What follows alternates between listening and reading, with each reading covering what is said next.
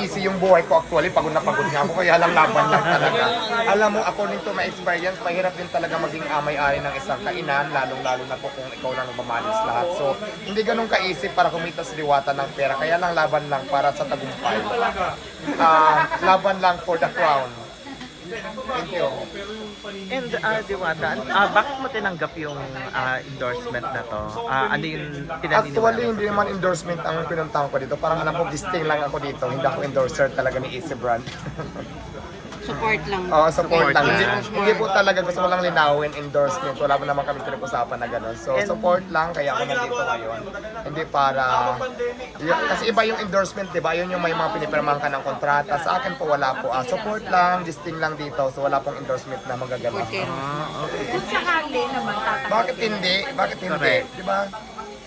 So, thank you. Pwede bang idagdag mo na to dun sa parisan mo? Parang next time meron na Yes, dito sure. yung mga... Nag-isip ako kung anong idadagdag ng mga product dito na magagaling dito. Kaya lang syempre pag-isipan ko muna.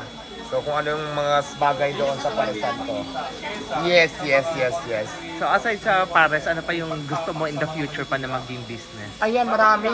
Gusto ko magkaroon ng sarili kong Diwata Beauty Salon, mga ganyan. So, Diwata Bigasan. So, ang dami kong iniisip. Diwata... The water ano pa ba? station. Diwata, ayan.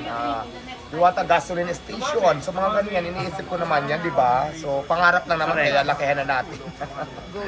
Pero syempre, di ba, kailangan pag nangarap ka, kailangan talaga aksyonan mo din para walang imposible na matupad yung pangarap mo pag sinasamahan mo ng aksyon. Correct. At mag-open ka ng branch dito sa QC. Actually, mag-open ako dito sa Quezon City ng Diwata, Paris.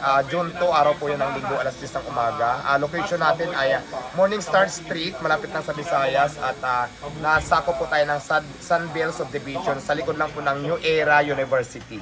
May mga idadagdag ka bang mga bagong sa menu mo? Yes, marami po akong menu na idadagdag. So, abangan nyo po sa June 2, marami na po kami menu na idadagdag. Pero syempre, hindi pa rin mawawala doon kung saan ako nakilala yung Diwata Paris Overload, Diwata Sikin, at kung ano-ano pa. So, mayroon yan sigurado. May Yun mga mawawala. gagamitin ka bang mga easy brand dun sa QC?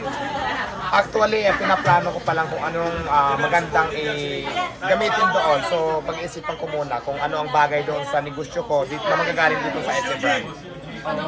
Ngayon nagsama-sama kayo nila Rendon at ni Rosmar. Future ba? Magkakaroon ba kayong future mga collaboration? Lagi naman kami magkasama. Hello, Sir Eugene. Lagi naman kami magkasama sa mga events. So, katulad dito nagkita kami. Tapos yung event kami nung nakaraan, magkasama din kami. So, lagi naman. So, wala About namang sa problema kung negosyo? magkaroon ng... wala pa naman kami pinag-usapan na gano'n. So, why not? Di ba kung dumating sa point na gano'n? Oo. Siyempre kung saan ikabubuti natin, bakit hindi? So ngayon, wala kami pinag-usapan regarding dyan. Nakita na ba kayo ni Meme Vice? Vice? Nagkita na kami nung sumali ako sa Showtime. Yun lang. One time. Contestant Pero ako right before, now, wala pa. Pero bukod doon, wala na. Pero nagbigay siya sa akin ng lamisa, tent, at saka mga upuan. Nagpadala naman siya ng mensahe doon sa akin. Pero hindi kami nagkita. So, pinarating niya naman sa akin na support daw siya sa akin. So, maraming salamat sa Mimi Vice. Ito ba ito ni Vice? Thank you. Congratulations. Thank you.